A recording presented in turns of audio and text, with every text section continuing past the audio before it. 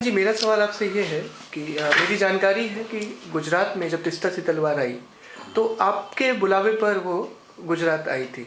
इस बात में कितनी सच्चाई देखिए, है? तीस्ता सेतलवाद को मैं जानता था पहले से। और तीस्ता सेतलवाद की मैंने मदद 92 में जब राम जन्मभूमि और बाबरी मस्जिद का जब हुआ था, जब बाबरी मस्जिद शहीद की गई थी, तो मैंने उस टाइम पे भी उनकी मदद की थी। वारंटली उनकी मदद करी कि वो सोशल वर्कर था और मैं बॉम्बे में ही रहता था। लेकिन इत्तेफाक ये देखिए कि मैं कारोबार के सिलसिले में उन दिनों में जब 2002 के दंगे हुए तो मैं यहाँ पर गुजरात में मौजूद था, अहमदाबाद के अंदर था।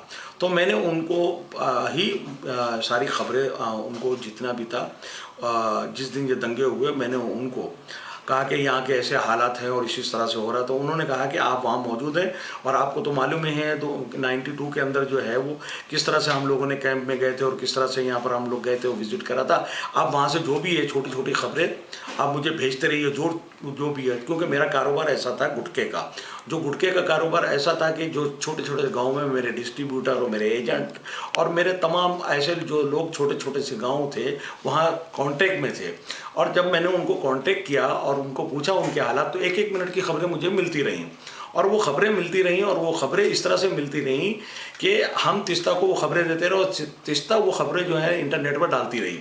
तो लोगों को ऐसे लगा कि तीस्ता का नेटवर्क बहुत बड़ा है, पूरे गुजरात की खबरें जो हैं मीडिया को नहीं मिल रही और तीस्ता को मिल रही हैं और वो सारी खबरें सच्ची थी। कोई खबरें ऐसी नहीं थी कि जो खबरें कहीं पर जिसको चैलेंज किया जा सकता हो और झूठी खबरें हों। तो उससे तीस्ता ने हमारे जो इन्फॉर्मेशन थी उससे फ़ायदा उठाया। मतलब सोर्स आपके थे उन खबरों का, वो सोर्स आपका था? बिल्कुल सोर्स हमारे थे। और इसके अलावा मैंने जब, क्योंकि एक जज्बा था, मैं मुसलमान था और मुसलमान हूँ, उस वक्त मेरी कम्युनिटी के ऊपर जो जुल्म ज्यादती हो रही थी और क्योंकि मैं निडर हूँ और मैंने निडर होकर 92 के अंदर भी काम करा था, मैं जगह जगह गया और जलते हुए हालात में और जहाँ पर दंगे हो रहे थे उसके फ़ोटोग्राफ लिए और फोटोग्राफ लेकर मैंने वहाँ से रोल उनको बाकायदा हर जगह जाके जिस जगह जैसा भी होता था, रात को 2 बजे 1 बजे जाके मैंने फ़ोटोग्राफ की और उनको वहाँ के हालात बताए और वो सारे फ़ोटोग्राफ्स के रोल जो है डेली में उनको वहाँ भेज दिया करता था बॉम्बे उनके ऑफिस पे और वो सारे नेट पर डाल दिया करती थी।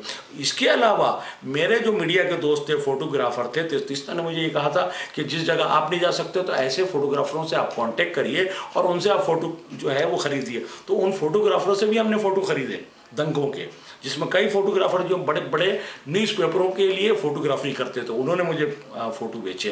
तो वो सारे फ़ोटो भी जब वहाँ तीस्ता तक पहुँचे तो लोगों को लगा कि ये तो इनकी बहुत बड़ी एजेंसी है या बहुत बड़ा इनका नेटवर्क वहाँ पर है गुजरात के अंदर, इसलिए तीस्ता जो है वो नंबर 1 पे आई।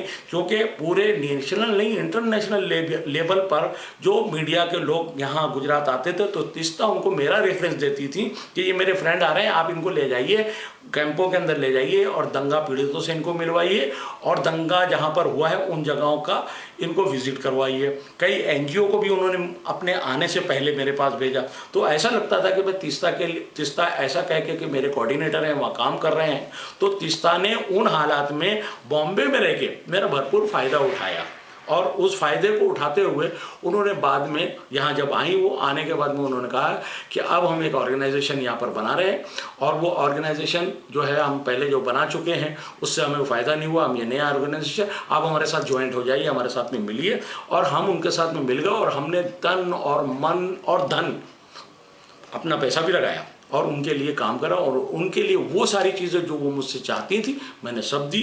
उन्होंने वो इन्फॉर्मेशन है जो यहाँ पर गुजरात के अंदर बहुत सारे आईएएस और आईपीएस जिनके बारे में उनके कांटेक्ट थे, जो नॉन गुजराती थे, उन्होंने मुझे उनसे कहा कि आप मिलिए, उनके पास से जो इन्फॉर्मेशन कलेक्ट होती वो भी मुझे भेजिए। और उन आईपीएस और आईएएस ने मुझे कुछ इन्वॉल्व दिए भी उस ज़माने में, कुछ फोटोग्राफ भी दिए उन्होंने और वो मैं भेजा करता था उनको तीस्ता को। तो तीस्ता की मतलब तीस्ता ने मेरा भरपूर फ़ायदा उठाया और भरपूर फ़ायदा उठा के उन्होंने अपने आप को बहुत बड़ा उन्होंने अपना एक मुकाम पैदा करा और बहुत ऊंचा कद बना लिया।